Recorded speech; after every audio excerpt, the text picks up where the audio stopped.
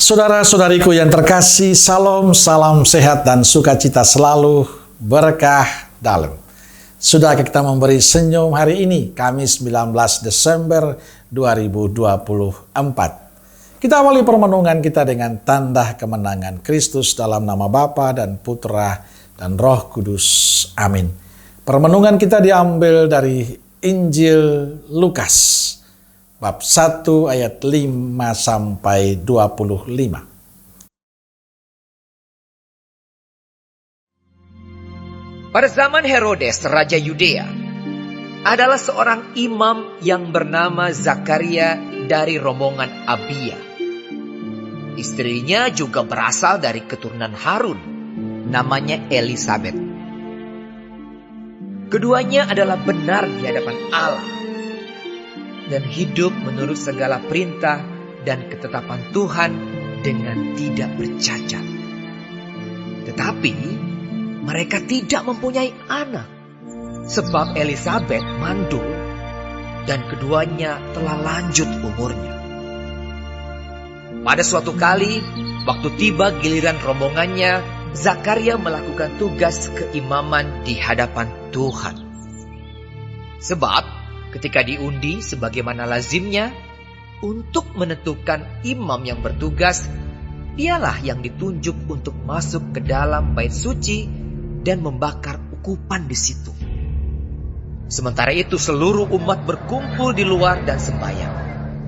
Waktu itu adalah waktu pembakaran ukupan. Maka tampaklah kepada Zakaria seorang malaikat Tuhan berdiri di sebelah kanan mezbah pembakaran ukupan. Melihat itu ia terkejut dan menjadi takut. Tetapi malaikat itu berkata kepadanya, "Jangan takut, hai Zakaria, sebab doamu telah dikabulkan, dan Elisabet istrimu akan melahirkan seorang anak laki-laki bagimu, dan haruslah engkau menamai dia Yohanes. Engkau akan bersukacita dan bergembira, bahkan banyak orang akan bersukacita atas kelahirannya itu. Sebab ia akan besar di hadapan Tuhan, dan ia tidak akan minum anggur atau minuman keras, dan ia akan penuh dengan Roh Kudus mulai dari rahim ibunya. Ia akan membuat banyak orang Israel berbalik kepada Tuhan Allah mereka, dan ia akan berjalan mendahului Tuhan dalam roh dan kuasa Elia, untuk membuat hati bapa-bapa berbalik kepada anak-anaknya, dan hati orang-orang durhaka kepada pikiran orang-orang benar, dan dengan demikian menyiapkan bagi Tuhan suatu umat yang layak baginya." Lalu kata Zakaria kepada malaikat itu, "Bagaimanakah aku tahu bahwa hal ini akan terjadi? Sebab aku sudah tua dan istriku sudah lanjut umurnya." Jawab malaikat itu kepadanya, "Akulah Gabriel yang melayani Allah, dan aku telah diutus untuk berbicara dengan engkau dan untuk menyampaikan kabar baik ini kepadamu. Sesungguhnya engkau akan menjadi bisu dan tidak dapat berkata-kata sampai kepada hari di mana semuanya ini terjadi, karena engkau tidak percaya akan perkataanku yang akan nyata kebenarannya pada waktunya." Sementara itu orang banyak menanti-nantikan Zakaria. Mereka menjadi heran bahwa ia begitu lama berada dalam bait suci. Ketika ia keluar, ia tidak dapat berkata-kata kepada mereka, dan mengertilah mereka bahwa ia telah melihat suatu penglihatan di dalam bait suci. Lalu ia memberi isyarat kepada mereka, sebab ia tetap bisu. Ketika selesai jangka waktu tugas jabatannya, ia pulang ke rumah. Beberapa lama kemudian Elisabet istrinya mengandung, dan selama 5 bulan ia tidak menampakkan diri. Katanya, "Inilah suatu perbuatan Tuhan bagiku, dan sekarang ia berkenan menghapuskan aibku di depan orang."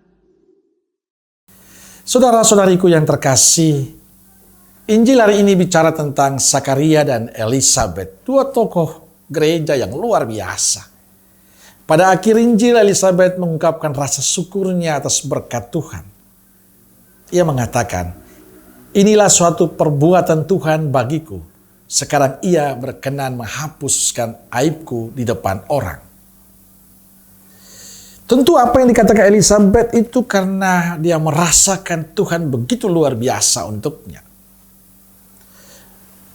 Mereka berdua hidup benar di hadapan Allah dan menurut segala perintah serta ketetapan yang tidak tercacat. Tetapi mereka tidak mempunyai anak. Karena Elizabeth mandul dan keduanya sudah lanjut usia. Persoalan mereka adalah karena mereka tidak memiliki anak. Bagi banyak orang di zaman itu, kemandulan adalah aib dan menimbulkan stigma negatif bagi keluarga mereka. Bahkan di zaman Yahudi mereka bisa dikucilkan dari lingkungannya. Mereka tentu mengalami tekanan, cibiran, omongan, gosipan, hinaan dari orang-orang di sekitarnya. Saya meyakini Elizabeth zaman itu menghadapi itu. Maka tidak mengheran kalau ia mengungkapkan rasa syukur itu. Tapi Elizabeth dan Zakaria menghadapi semuanya itu. Keduanya tidak pernah kecewa kepada Tuhan. Mereka tetap setia melayani Tuhan. Zakaria tetap menerima Elizabeth sebagai seorang perempuan yang mandul dalam hidupnya.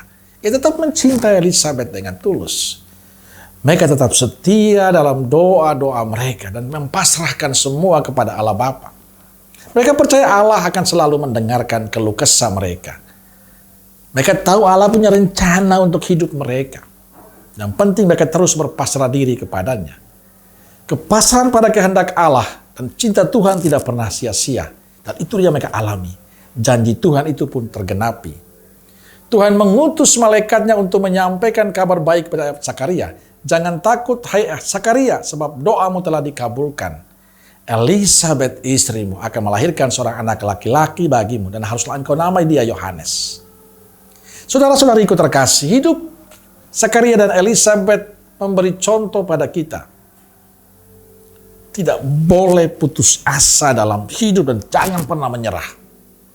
Tapi bangunlah ketekunan, kesetiaan dan kepasrahan pada Tuhan. Karena tidak pernah akan sia-sia. Selalu ada berkat yang Tuhan berikan untuk kita. Kita bisa belajar dari Zakaria dan Elizabeth yang juga mengalami masalah. Tapi mereka tidak pernah kecewa pada Tuhan. Tidak pernah marah, tidak pernah motong dengan Tuhan. Tidak pernah protes pada Tuhan.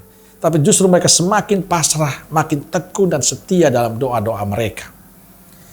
Bagi saya inilah pelajaran iman yang luar biasa bagi kita. Tidak hanya bagi Anda, tapi bagi saya sebagai imam. Kita semua punya masalah, kita semua punya persoalan, kita semua punya beban. Tapi mari datang pada Yesus.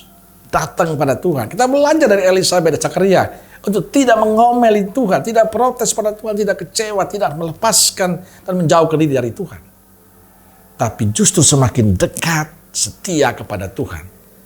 Terus menemui Tuhan, mempasrahkan hidup kita dan percaya dikala kita setia, Allah pasti akan memberikan berkat untuk kehidupan kita. Amin. Semoga Allah yang Maha Kasih memberkati saudaraku sekalian, Bapa, Putra, dan Roh Kudus. Amin. Keluarga Kudus Nazaret, doakanlah kami. Amin. Berkah dalam.